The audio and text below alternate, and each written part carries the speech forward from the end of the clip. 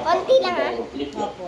Actually, Dandahan na, typical hindi ng flip yan. matapon. Ang daming pwedeng gawin yan. Pwede dito, pwede dito, pwede din dito dahil pwedeng gawin. Habang hindi pa kasyamoy Yan pa. mga pwedeng gawin. Ang ginawa po ni Richard Ford, 986. Pagka 986, nagkasa na si Mark Pasalamat Cruz. ka, bagong ligo si daddy mo. Sunod yung kabayo mo. Dati narahan namin ng kuwing dito.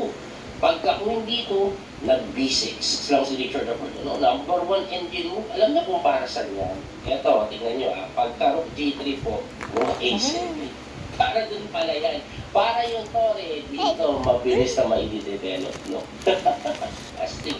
Anyway, tulad po ng H4, ito po si Magnus na talagang napaka-agresibo na. Libre pa nga yan. No? Libre yan eh. Pero pag kinapture mo, maiiwanan yung mga pawn sa D6 saka sa B6. Kaya ang ginawa niya, nag-Rook F7. Pagka Rook F7, nag-Bishop G5. Hinarang po yung bishop, hinarang po yan, at pinahuli po na rin. Which is not so good daw. Ang pinakamaganda daw, takes. Hindi daw po ito maganda dahil may light takes. Kaso kasi, pag in-option mo yan, pwede na po tikman ito. No? Ang tanong ko, bakit hindi tinitikman agad kanina? Ba't kasi babagsak mo? Eh, pag in-option mo yan, hindi na babagsak yung D6, babawi yung H4. So, ganun po mangyayari. Kaya hindi tinakes. Ang ginawa naman ni Magnus, in H5. Pagka H5, nag-Bishop F5 lang. Dito pong si Magnus na sinagot ng Bishop F5.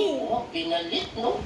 Na kinapture po yan, binawi, at according to engine evaluation, this position is very close to equal.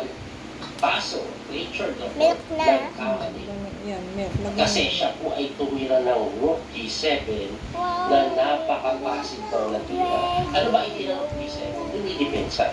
Pero passive daw, ibabalik ko lang. Kasi ang tamang tira, depensa mo without being passive or express.